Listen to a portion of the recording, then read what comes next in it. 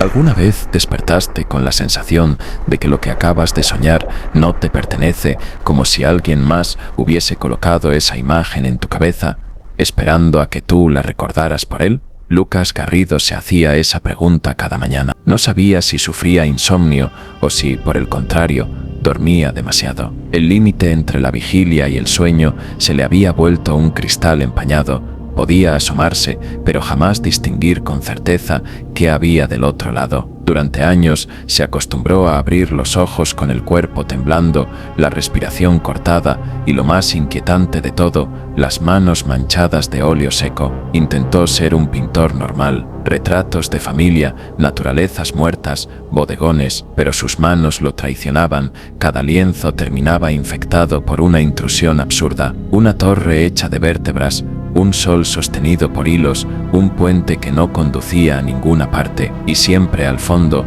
algo que observaba. No era un personaje, no era un animal, no era un símbolo, era un acto, la acción de observar condensada en una forma que no debía existir. Lucas guardaba esos cuadros en un estudio pequeño de paredes húmedas y luz amarillenta. No lo hacía para exhibirlos, sino para confinarlos. Creía que si los mantenía juntos no se filtrarían a su cabeza, pero era inútil. Soñaba con ellos antes y después de pintarlos. Sus obras parecían preexistir en un espacio donde él solo era el escriba que copiaba. Uno de sus primeros cuadros lo marcó para siempre: un templo de hueso en medio de una llanura agrietada, con cuerpos colgando del techo como trapos humanos. A lo lejos, figuras encorvadas oraban en círculo. No rezaban a un dios, sino a la arquitectura misma, como si el templo los hubiera creado a ellos y no al revés. Lucas nunca pudo explicarse por qué había pintado eso, solo recordaba la sensación de antigüedad que emanaba de aquel lugar, más viejo que el tiempo, más ajeno que cualquier infierno humano. A los 23 años dejó de asistir a reuniones sociales, a los 30 de salir a la calle, a los 32 de responder las llamadas de su familia. Siempre pintaba, pero no para mostrarle nada al mundo, lo hacía para intentar comprender por qué su mente solo le ofrecía paisajes de muerte suspendida, no violencia explícita, no sangre, solo muerte monumental, inamovible, como si estuviera reconstruyendo la historia de un apocalipsis previo al nuestro. Sin embargo, cada vez que terminaba un cuadro, sentía un alivio breve, como si se arrancara una espina clavada en el pecho, y esa noche creyó que esa espina se había convertido en lanza. Soñó con sí mismo, no pintando, no hablando, no reflejado en un espejo, sino muerto. Su cadáver yacía boca abajo en un terreno seco bajo un cielo cosido con piel, y al fondo, muy lejos, una figura de cuernos y alas deforme lo observaba desde lo alto de una torre espiralada, como si hubiese sido sacrificado. Despertó empapado en sudor, incapaz de decidir si acababa de tener un sueño o recibir una orden. Durante días apenas probó alimento. No era falta de hambre, su cuerpo parecía reservar energía para pintar. Cada vez que intentaba quedarse quieto, la mano derecha convulsionaba con un tic, como pidiendo un pincel. Frente a un lienzo en blanco, se abandonó a esa imagen, su cadáver, cada pliegue de la ropa sucia, cada sombra fusionada con el suelo cuarteado. Pintó la figura oscura al fondo, pero la dejó inacabada, borrosa, como si temiera darle nitidez. Lo tituló con frialdad quirúrgica, Autorretrato. Y algo cambió. Esa noche no soñó, tampoco la siguiente, ni la siguiente. 5 noches seguidas de un vacío total. Por primera vez en su vida adulta durmió profundo. Creyó haber hallado la clave, una catarsis, un exorcismo pictórico, pero el silencio no fue paz, sino tregua. Un impulso lo llevó a hacer lo que había evitado durante años. Subió una foto del cuadro a su vieja red social, sin descripción, sin hashtags, solo el título. Se recostó con una sonrisa tenue. Por primera vez se sentía orgulloso de su pintura. Mini cliffhanger. Lo que no sabía es que esa publicación, olvidada en un rincón digital, no sería un desahogo, sino una llamada, una grieta abierta que dejaría entrar ecos que no pertenecían solo a él. ¿Y si descubrieras que lo que soñaste en soledad, lo soñaron también cientos de desconocidos al mismo tiempo? Lucas no esperaba nada de la publicación. Su perfil llevaba años congelado, su lista de contactos estaba muerta, y su último me gusta databa de una época en la que todavía salía de su casa. Sin embargo, al despertar a la mañana siguiente, La pantalla de su viejo portátil lo recibió con un torrente imposible. Decenas de notificaciones, cientos de compartidos, miles de reacciones. La pintura había explotado en la red como si hubiese estado esperando el momento exacto para hacerlo. No era fama lo que lo descolocaba, sino el tipo de comentarios que lo acompañaban. No sé por qué, pero este lugar ya lo había visto en sueños. ¿Cómo sabías de la figura en la torre? La tengo conmigo desde niña. Esto me hizo llorar y no entiendo por qué. La figura al fondo aparece en mis pesadillas también. Cada palabra era un golpe en la sien. Lucas no se asustaba de que su obra se volviera viral.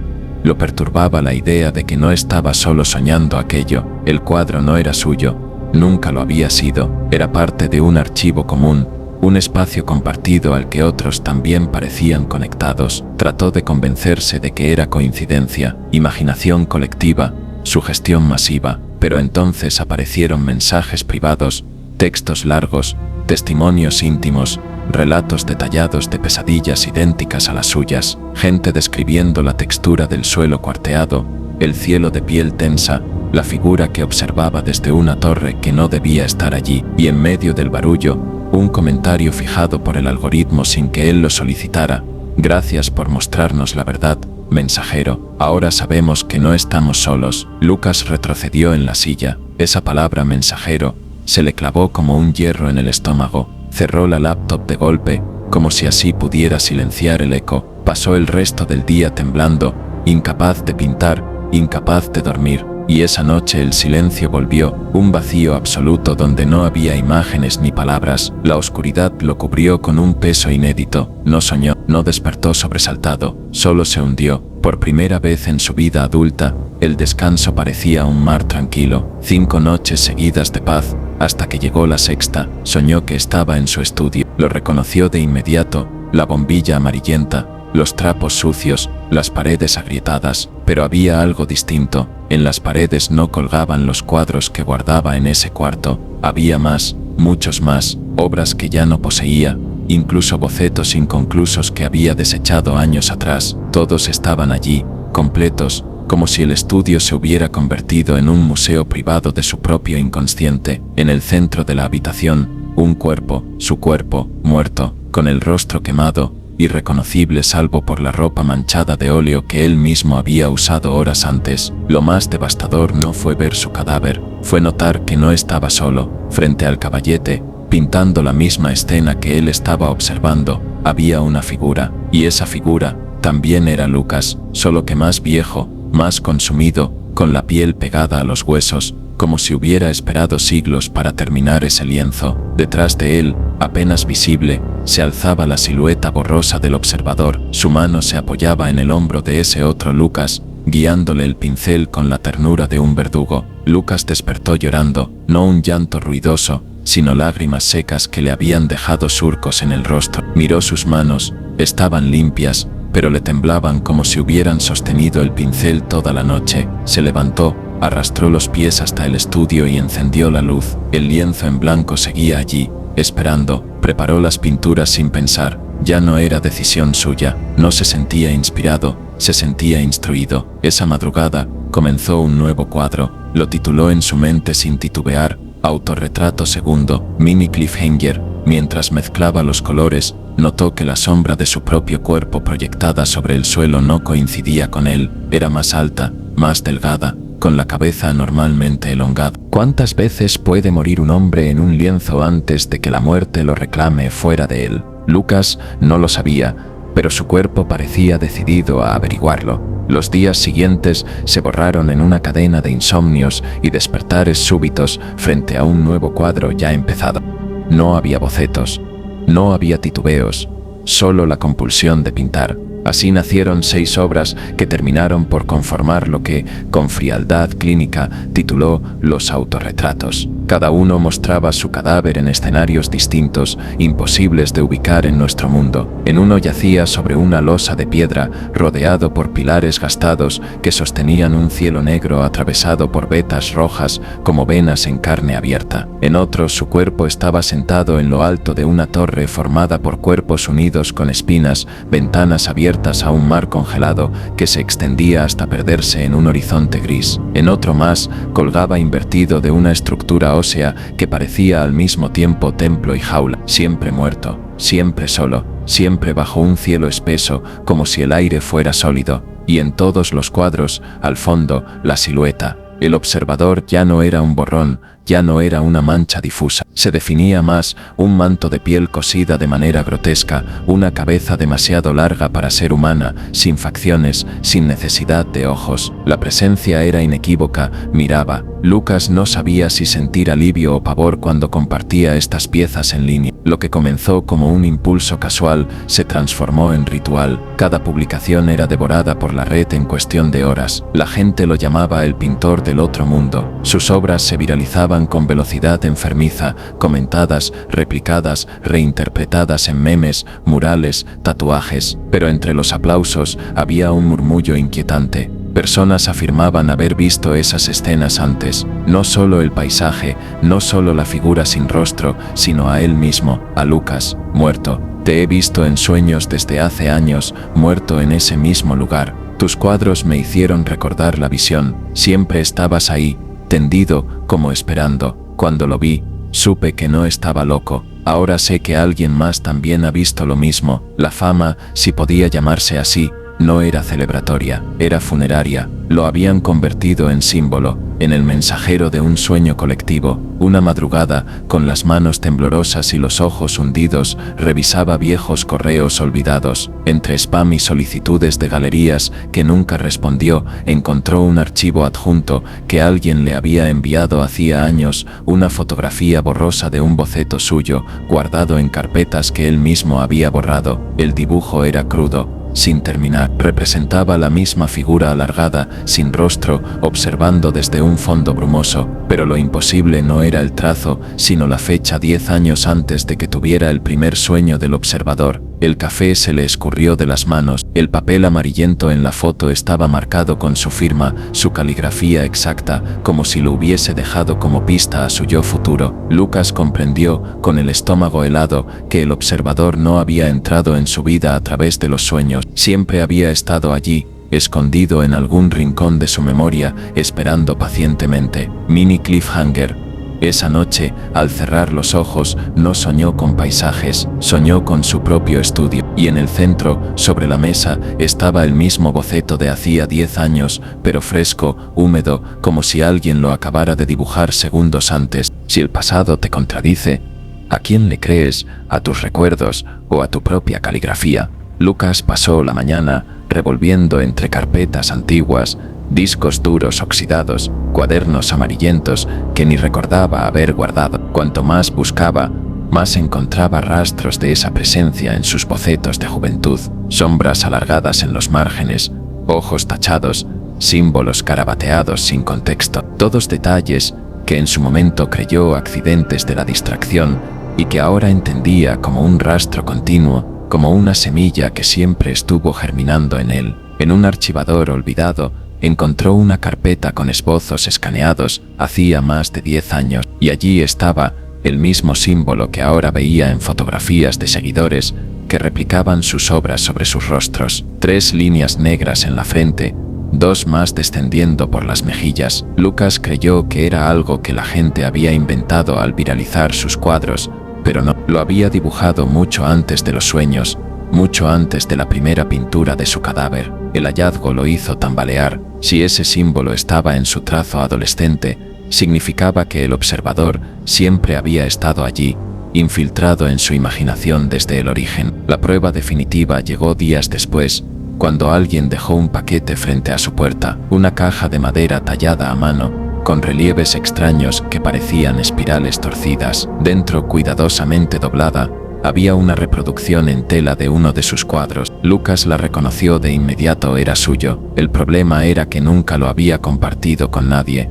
ni siquiera lo había terminado. Cuando volteó la tela, sintió el vértigo de una montaña rusa cayendo en picada. La pintura estaba firmada, su firma, su nombre, su caligrafía inconfundible, no falsificada, no imitada, era él. Lo más perturbador La escena que la tela mostraba todavía no había sucedido. Era un sueño que tendría 2 noches después. Una figura encapuchada con cuernos de carnero, sentada sobre un trono hecho de manos humanas, y a los lados 2 cuerpos en posición fetal, deformados, embriones fusionados a medias. Ese detalle lo destrozó. Alguien, o algo, estaba pintando a través de él con anticipación. El tiempo ya no era una línea, era un círculo en el que él mismo se encontraba atrapado, firmando obras que aún no había soñado. Desde ese día, comenzó a perder horas enteras. Despertaba frente a lienzos avanzados, con pinceles húmedos, la ropa manchada y los músculos ardiendo como si hubiese trabajado durante horas. No reconocía las composiciones,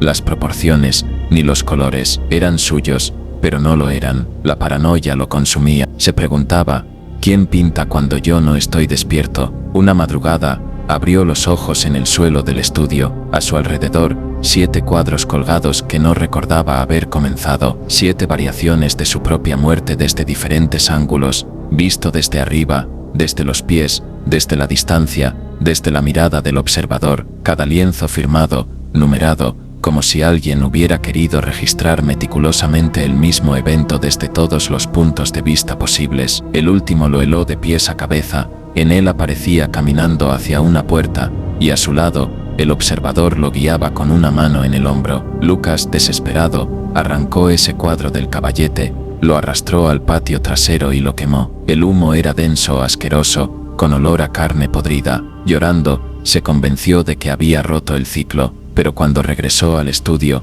allí estaba otra vez. ¿Qué es más aterrador, ver un fantasma frente a ti o ver tu propio cuerpo haciendo lo que tú no decides? Lucas despertó con la ansiedad de quien sabe que encontrará algo insoportable en una grabación. Había dejado la cámara apuntando a su cama, encendida toda la noche, con el micrófono captando hasta el más mínimo roce de las sábanas. Encendió el reproductor, los ojos resecos, el corazón golpeándole en la garganta. Las primeras horas fueron nada, oscuridad, respiración pesada, el sonido monótono del ventilador. Pero en la marca exacta de las 4:13 de la mañana, la imagen cambió. Su cuerpo se incorporó de la cama con movimientos lentos, mecánicos. No parecía sonámbulo, no parecía dormido, parecía obedecer. Lucas observaba la pantalla con la boca entreabierta. Su otro yo caminó hacia la puerta, salió del encuadre y no regresó hasta 1 hora después. Cuando volvió, sus manos estaban manchadas de pintura negra. Se sentó al borde de la cama y por un instante miró directamente hacia la cámara. No sonrió, no parpadeó, solo se quedó allí, con los ojos abiertos y vacíos. Después, se acostó otra vez como si nada hubiese pasado. Lucas detuvo el video con un grito, pero la cámara no fue lo único que le reveló el alcance de lo que ocurría. Los días siguientes, comenzó a recibir visitas silenciosas. La primera vez fue una mujer. Apareció en el umbral del estudio mientras él pintaba, inmóvil, observándolo durante 5 minutos enteros sin pronunciar palabra. Su rostro inexpresivo, sus ojos enrojecidos como si hubieran sido delineados con tinta. Cuando Lucas giró para confrontarla, la mujer ya no estaba. Después fue un niño. Apenas abrió la puerta, lo vio entrar descalzo, sosteniendo una vela encendida. El pequeño caminó hasta uno de los caballetes, dejó la vela allí como una ofrenda y se marchó sin mirarlo siquiera. Una tarde, un hombre alto y con la cara cubierta de cicatrices se arrodilló frente a la entrada del estudio. Permaneció de rodillas, la frente contra el suelo, susurrando una frase que aún hoy retumba en los recuerdos de Lucas: cuando él despierte, será su lengua. El pintor no denunció a nadie, no tenía fuerzas ni voluntad. Su vida entera parecía haberse reducido a 2 certezas: que algo lo estaba usando y que ya no necesitaba de su conciencia para hacerlo. Desesperado, intentó rebelarse. Durante 3 días completos, cerró con llave el estudio, selló ventanas y puertas, desconectó cada enchufe, se negó a tocar pinceles, a acercarse a un lienzo. Dormía en el sofá envuelto en mantas,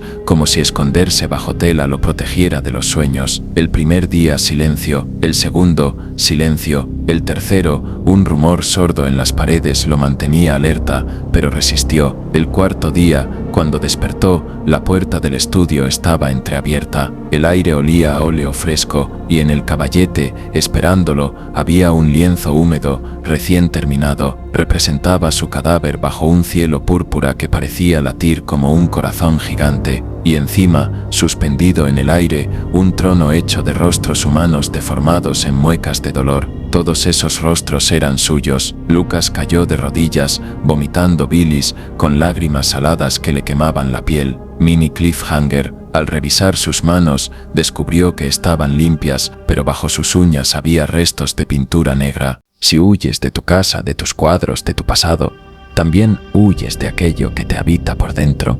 Lucas creyó que la única salida era escapar. No avisó a nadie, no empacó más que lo mínimo: una muda de ropa, un cepillo de dientes y algo de dinero. Cerró con llave, dejó el teléfono en un cajón y caminó hasta la estación de tren con la mirada clavada en el suelo, como si temiera que el mundo lo reconociera. Eligió un destino al azar, un pueblo costero donde el viento olía a sal y óxido, donde no conocía a nadie ni nadie lo conocía a él. Rentó una habitación diminuta en una pensión decadente, con una cama de metal oxidado y paredes húmedas sin ventanas, el lugar perfecto para desaparecer. Las 2 primeras noches durmió, no profundamente, no con paz, pero sin imágenes. Ningún sueño lo reclamó, ninguna figura se presentó. Se permitió creer que había encontrado un respiro. Caminaba por la playa de madrugada, dejando que el mar borrara sus huellas en la arena. Aquí no podrá alcanzarme, pensaba. Pero la tregua duró poco. La tercera noche despertó sobresaltado.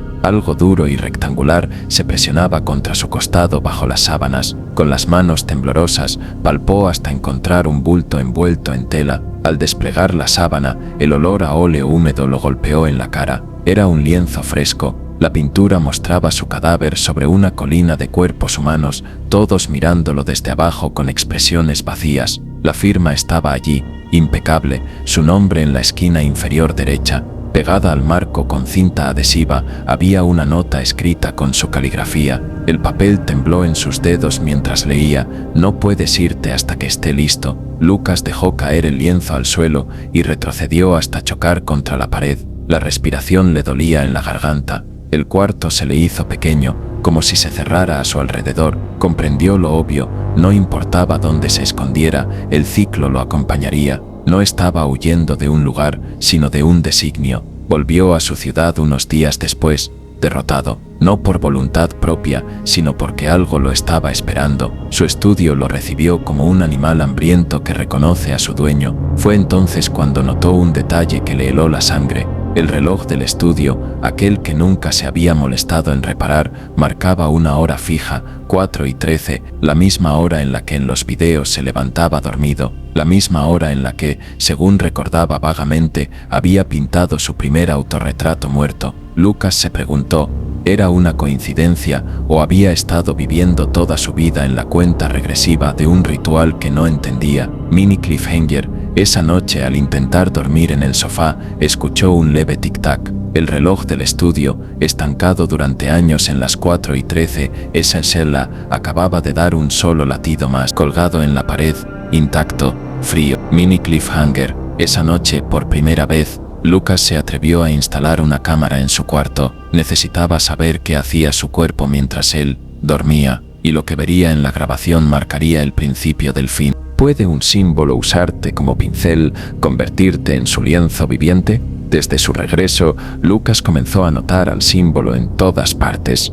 3 líneas en la frente, 2 en las mejillas. Lo veía en los reflejos de las ventanas empañadas, en las grietas de las paredes, incluso en la espuma de su café. A veces juraba sentirlo grabado en su propia piel, como si alguien lo hubiera pintado mientras dormía. Los seguidores en internet, que ya se autodenominaban La Vigilia, replicaban el mismo trazo en sus rostros. Subían fotos en masa, decenas de personas reunidas en sótanos, en azoteas, en descampados, todos con las marcas negras pintadas en la cara, velas encendidas y en el centro una reproducción de uno de sus cuadros. Decían que sus sueños eran más claros desde que adoptaban el símbolo, que podían respirar dentro de las visiones. Lucas dejó de publicar, pero no sirvió de nada. La vigilia crecía sola, devorando cada obra que aparecía en la red. Había incluso quienes tatuaban la silueta del observador en sus cuerpos, como si esperaran atraer su atención. El pintor,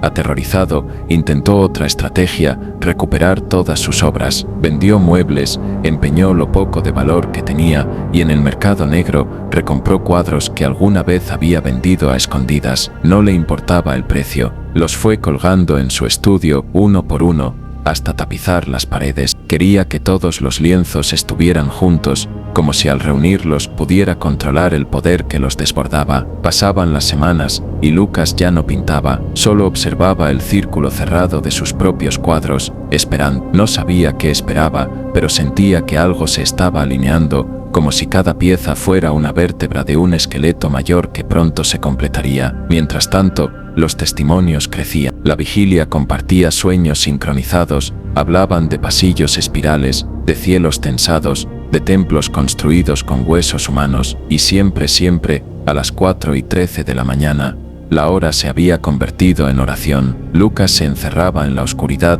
pero nada lo aislaba. Una madrugada, mientras trataba de dormir, la pantalla de su computadora, que había desenchufado semanas atrás, se encendió sola. Mostraba una transmisión en vivo. La cámara enfocaba su estudio, el mismo estudio en el que estaba. Las imágenes eran idénticas, las paredes cubiertas de cuadros, el caballete vacío en el centro, los frascos de óleo abiertos como heridas, pero había una diferencia. En la transmisión se veía movimiento, sombras cruzaban lentamente el encuadre, aunque en el cuarto no había nadie. Lucas se levantó aterrado y corrió hacia el estudio. La computadora lo seguía transmitiendo, y en la esquina superior de la pantalla, un contador marcaba la hora: 4 horas 12 minutos y 59 segundos. Mini cliffhanger: justo cuando el reloj digital cambió a 4:13 de UCUR, la transmisión se cortó. En el silencio absoluto, Lucas sintió un roce frío en el hombro, como si alguien hubiera estado allí todo el tiempo. Cuando otros cuentan tu historia,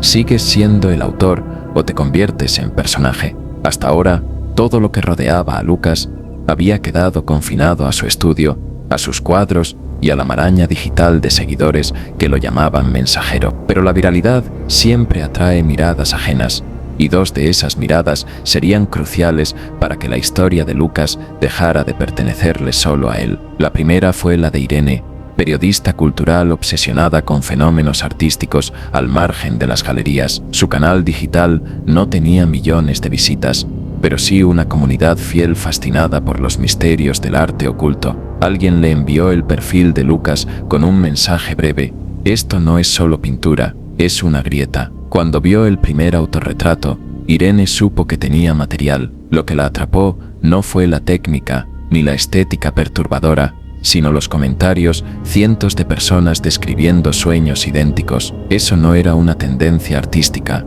era un patrón colectivo. La segunda fue la doctora Valera, neurocientífica especializada en parasomnias y sincronías oníricas. Su interés era clínico, casi frío. Le intrigaba cómo miles de personas podían asegurar soñar imágenes parecidas. Pensó en su gestión, en el poder del algoritmo, en la plasticidad de la memoria. Pero a medida que recopilaba testimonios, algo comenzó a inquietarla. Demasiados relatos coincidían en detalles que Lucas jamás había publicado: colores específicos, texturas, posiciones exactas del cadáver. ¿Cómo podían inventar lo mismo sin tener acceso a las mismas imágenes? Ambas comenzaron a tirar del hilo desde lugares distintos. Irene entrevistaba a miembros de la vigilia. Encontró jóvenes que hablaban de haber visto al observador desde la infancia, mucho antes de que Lucas se volviera viral. Escuchó a una mujer que juraba despertar cada madrugada a las 4:13 con la piel cubierta de moretones circulares, como si hubiera estado arrodillada durante horas. Valera, por su parte,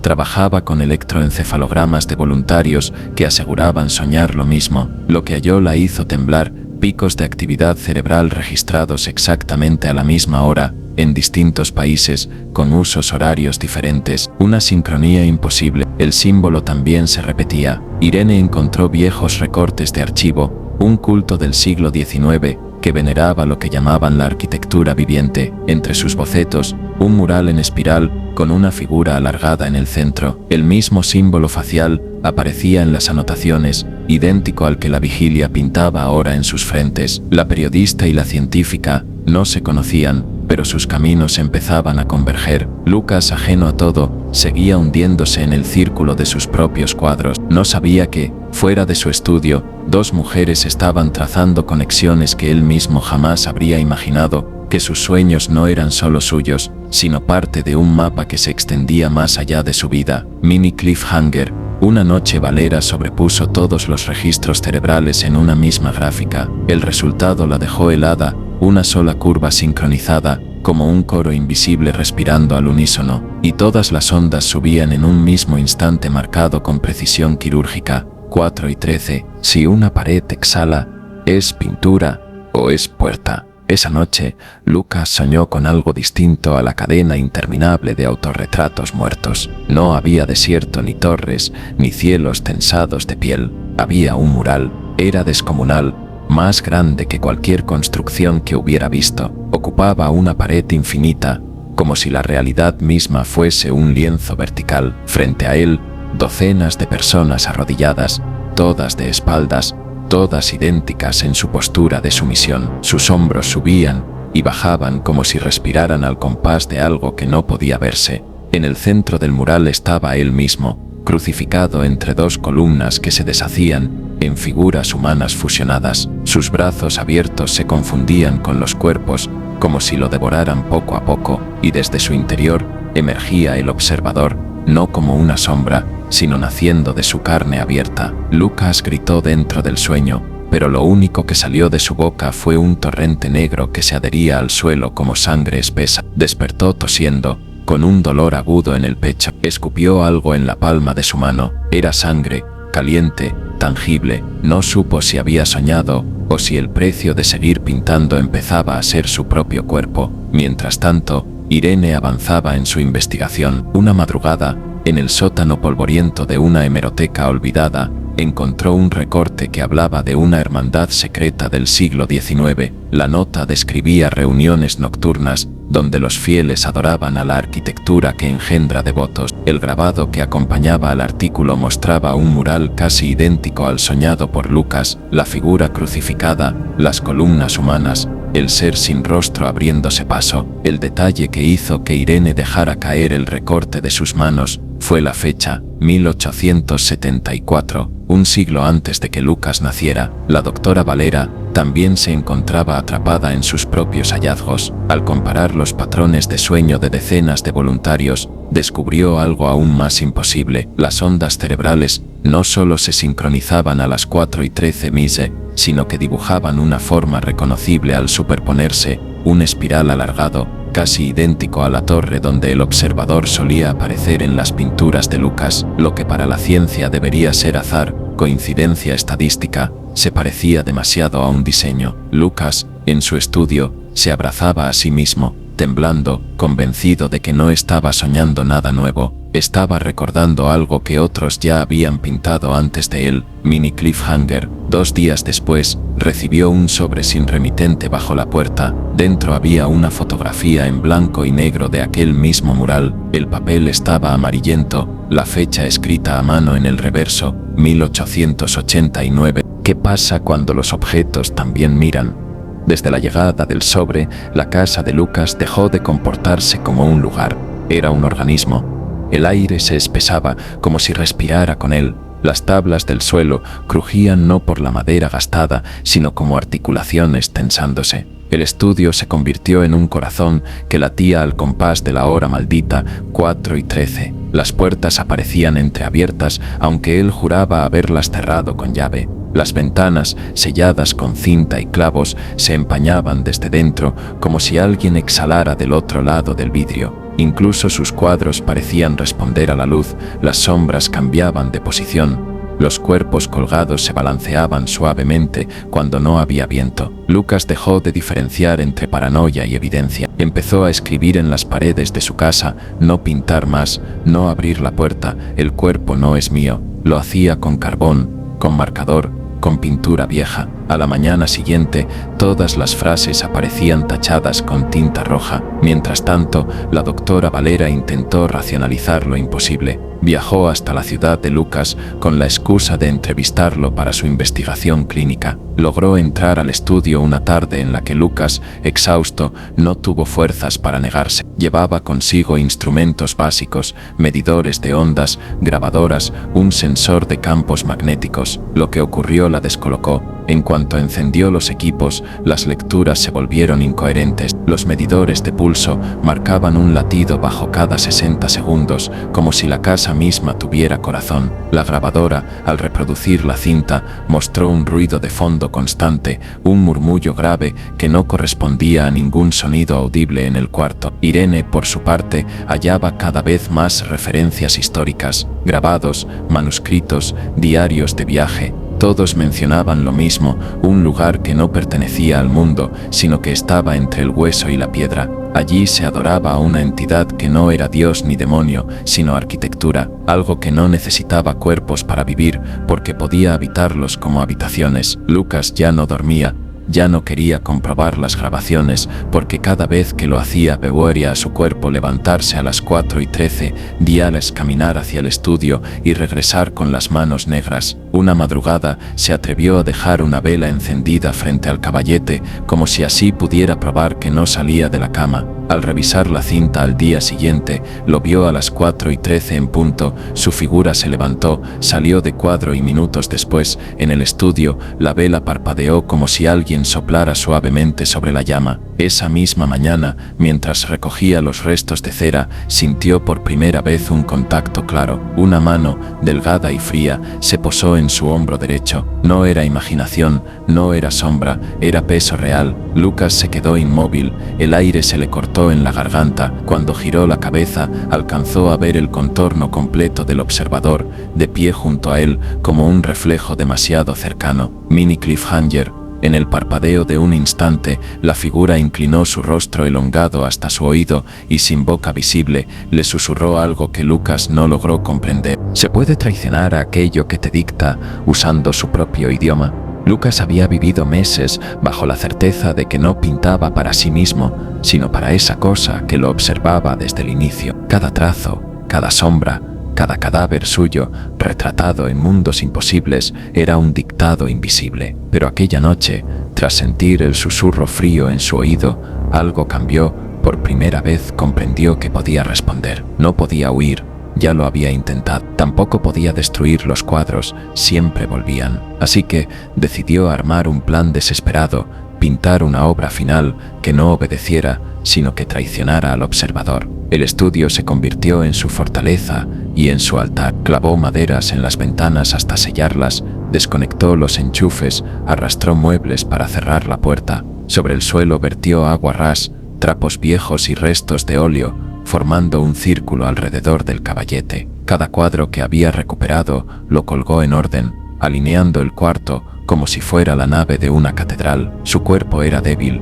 pero su mirada ardía. Por primera vez en meses, Lucas sonrió, no con felicidad, sino con la determinación del condenado que prepara su última jugada. Mientras tanto, Irene, obsesionada con registrar todo, se había enterado de los rumores de que Lucas planeaba pintar otra vez. Sigilosamente, se coló cerca de su casa una noche y logró vislumbrar desde la distancia la ventana sellada. Se quedó vigilando, cámara en mano, esperando cualquier señal. La doctora Valera también estaba allí, aunque por otros medios. Había convencido a un colega de instalar sensores externos en la zona. Quería registrar el patrón eléctrico y cerebral del barrio entero, convencida de que algo ocurriría a la hora marcada, y ocurrió. En el interior, Lucas preparó el lienzo. El primer trazo fue un corte negro, profundo, vertical, que dividía la tela como si rasgara el mundo en dos. El segundo, curvo, espinal, semejante a la columna de una criatura arrodillada. Después vino el rojo oscuro, casi marrón,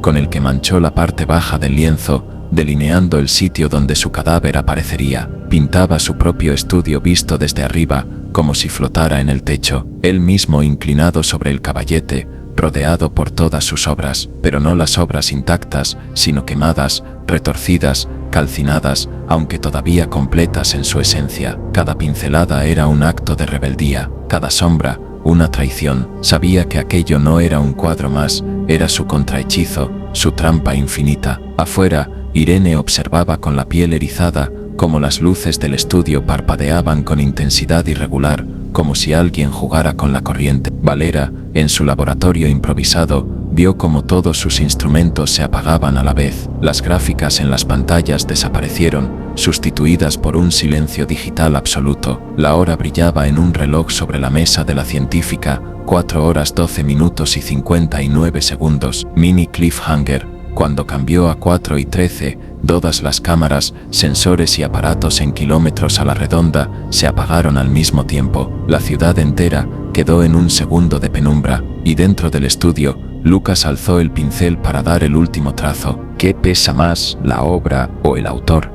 Dentro del estudio sellado, Lucas se inclinaba sobre el lienzo como un sacerdote que oficia un sacrificio. El sudor le corría por la frente, mezclándose con las lágrimas. El olor a óleo y agua ras impregnaba el aire hasta hacerlo irrespirable. Y sin embargo, él pintaba con una calma que nunca había sentido. Representó el estudio desde una perspectiva imposible, visto desde el techo, como si el observador flotara en el centro de la habitación. Allí estaba él, inclinado sobre el caballete, pintando el mismo cuadro que nosotros veíamos, un bucle infinito. En la imagen, las paredes estaban cubiertas por sus obras ya quemadas, carbonizadas, pero todavía reconocibles. Pintó la botella rota en el suelo, la ventana sellada, los trapos amontonados en el centro como una pira funeraria, y detrás de su figura pintada se alzaba el observador, esta vez completo, sin reservas, sin difuminarlo en sombras. Estaba de pie,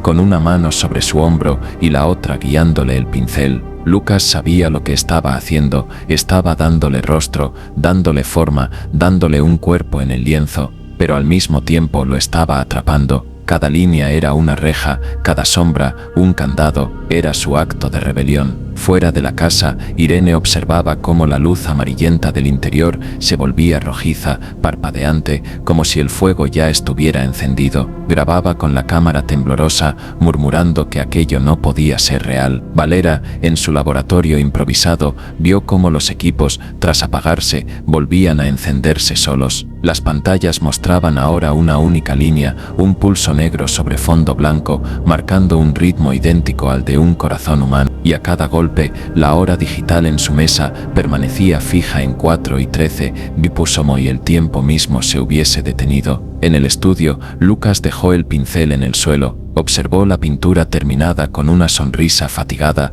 una sonrisa de victoria silenciosa. Se levantó, apiló los trapos empapados de solvente en el centro de la habitación, roció más agua ras sobre los cuadros, sobre las paredes, sobre sí mismo. Tomó la caja de fósforos, encendió uno y lo sostuvo frente a sus ojos. La llama iluminó su rostro, reflejando la sombra del observador sobre el muro. Por un instante, Lucas creyó verlo sonreír sin boca, dejó caer el fósforo. El fuego se expandió con violencia, devorando lienzos, madera, telas y aire. El estudio se convirtió en un horno. El calor lo golpeó en la cara, pero Lucas no intentó huir. Se sentó en la silla, frente a la pintura final, contemplándola con la serenidad de quien entrega un legado. «Por fin hice algo que no me dictó», murmuró. Las llamas ascendieron hasta el techo, el humo ennegreció las paredes, el círculo de cuadros ardió como una corona incandescente. Lucas cerró los ojos, respiró una última vez y dejó que el fuego lo abrazara. Mini cliffhanger. Cuando la casa colapsó y el estudio quedó reducido a un esqueleto ardiente, los vecinos juraron escuchar un eco imposible, un murmullo entre las llamas, el crujido de madera pronunciando palabras en un idioma que nadie entendió. Si todo arde, ¿qué decide no quemarse? ¿Y por qué? Cuando por fin los bomberos sofocaron el incendio, el estudio era un mausoleo ennegrecido. Las vigas colapsadas formaban un esqueleto carbonizado, y en medio del hollín se distinguía un único cuerpo, el de Lucas, reducido a cenizas y hueso quebradizo, todavía sentado frente a lo que había sido un caballete. El aire olía a mezcla de pintura, madera calcinada y algo más, un hedor metálico, orgánico, como carne quemada. Los rescatistas revisaban entre escombros cuando uno de ellos se detuvo. Bajo una capa de cenizas brillaba un tono distinto, un rojo opaco, persistente, como si se negara a morir con el fuego. Removió el polvo con las manos enguantadas y tiró de algo duro. Era un lienzo. A diferencia de todo lo demás, estaba intacto. Ni chamuscado, ni agrietado, ni deformado. La tela estaba fría, sólida, como si hubiera sido protegida por algo más fuerte que el fuego. La imagen era oscura,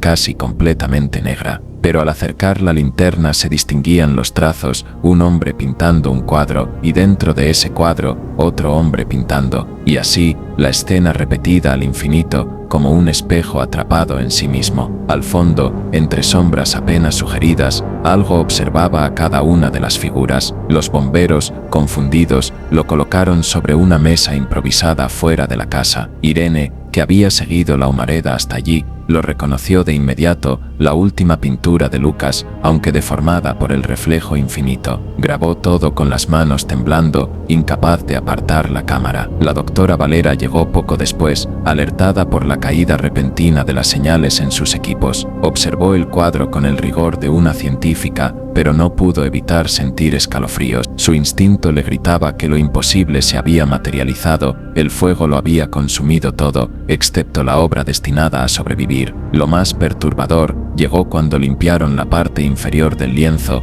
cubierta de hollín. Allí estaba la firma de Lucas, en su trazo habitual, pero debajo, apenas desplazada unos milímetros, había otra firma idéntica, superpuesta, como si el mismo hombre hubiera firmado dos veces en tiempos distintos. Irene palideció. Valera tomó nota, aunque sabía que no podría publicarlo en ningún paper científico sin ser ridiculizada. El lienzo estaba intacto, sí, pero al moverlo bajo la luz de las linternas, parecía que los trazos negros cambiaban, respiraban, como si la pintura no fuese estática, sino carne latente. Mini cliffhanger. Esa noche, mientras los peritos guardaban la obra como evidencia, Irene juró ver algo imposible, el reflejo de sí misma en la pintura, pintando el cuadro en un bucle nuevo, como si el lienzo ya hubiera comenzado a extender la historia más allá de Lucas. Termina una historia cuando deja de contarse o cuando todos empezamos a soñarla igual.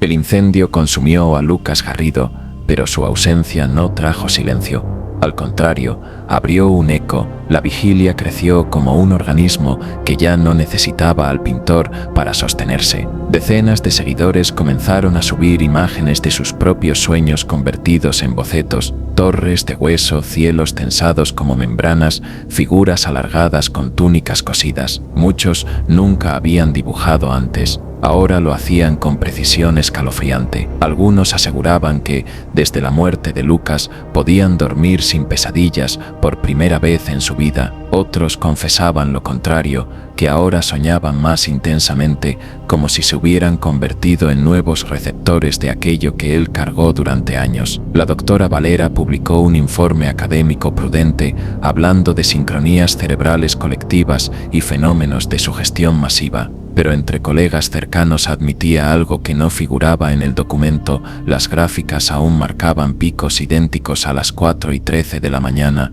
incluso después de la muerte de Lucas, como si la hora ya no dependiera de él. Irene cerró su reportaje con un tono más sombrío. Documentó los símbolos pintados en paredes de 3 ciudades diferentes, murales anónimos, donde la figura sin rostro aparecía en el horizonte, siempre observando. No había autor, no había firma, solo trazos que parecían repetirse con la misma caligrafía de Lucas. Y el lienzo rescatado, nadie logró destruirlo. Ni el fuego, ni los químicos, ni los intentos de almacenarlo en condiciones extremas lo dañaron. En museos secretos, investigadores lo observaban durante horas. Algunos aseguraban que los trazos cambiaban con la luz. En la penumbra, la figura al fondo se veía más cerca. Al amanecer, parecía retroceder. Nunca desaparecía, solo se ajustaba a quien la miraba. Las preguntas comenzaron a filtrarse a foros, podcast, redes.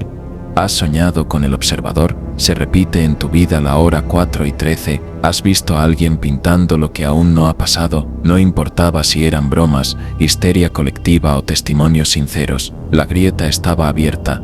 Quizás Lucas jamás fue el mensajero, sino apenas el primero en firmar lo inevitable. Y aquí, frente a ti que escuchas esta historia, la pregunta queda suspendida.